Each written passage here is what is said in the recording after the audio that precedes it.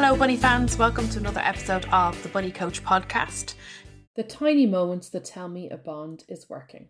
Sometimes people think rabbit bonding success is about one big dramatic moment. But honestly, a lot of the time it's the tiny interactions that tell me the most.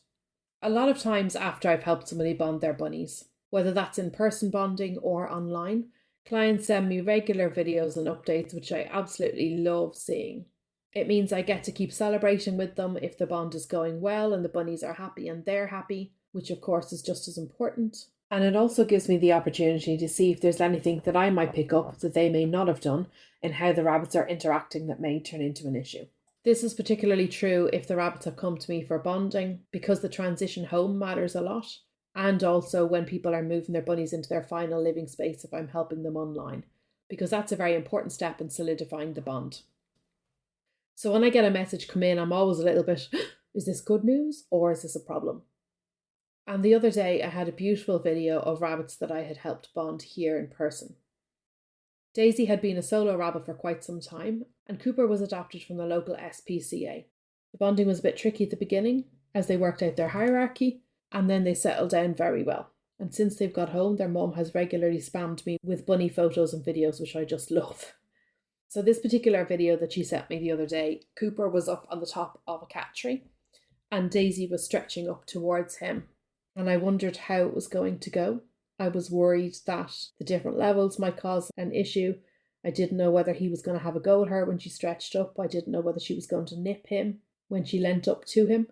But what she did was she gave him a little kiss. It was just adorable. They were really very relaxed and they were choosing to connect.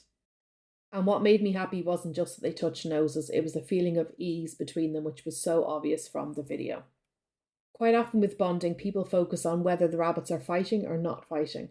But bonding is much more nuanced than that. Tiny interactions really matter.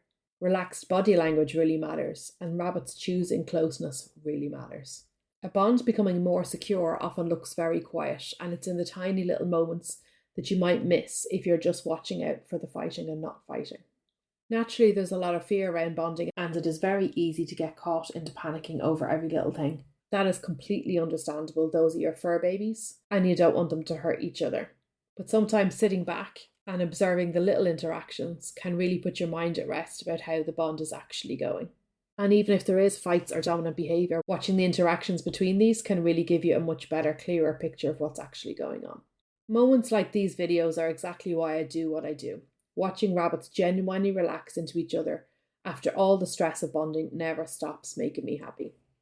If you're worried about bunny bonding, whether you haven't started yet and you're anxious about it, which is completely understandable, or you've started and you just don't feel confident that you're reading the behaviours properly or whether the rabbits are making any progress, please do get in touch.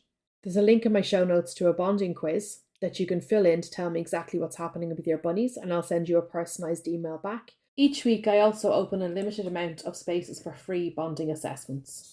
These are short 15-minute calls where you can chat through what's happening with your rabbits.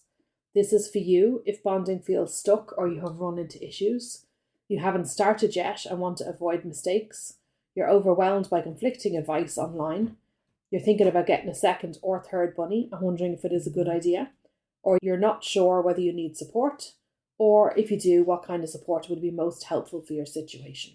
These are not sales calls. I just know that it can really help to get things off your chest with someone who understands. And if you would like, I can talk you through my available options for you to go away and think about, and then you know where I am if you need me. Absolutely no pressure. I only open a small number of clinic spots each week, so once they're gone, that's it till next week. So grab one quick if you want one. I look forward to chatting bunnies with you. Thanks for listening to the Bunny Coach podcast. I look forward to chatting to you next time.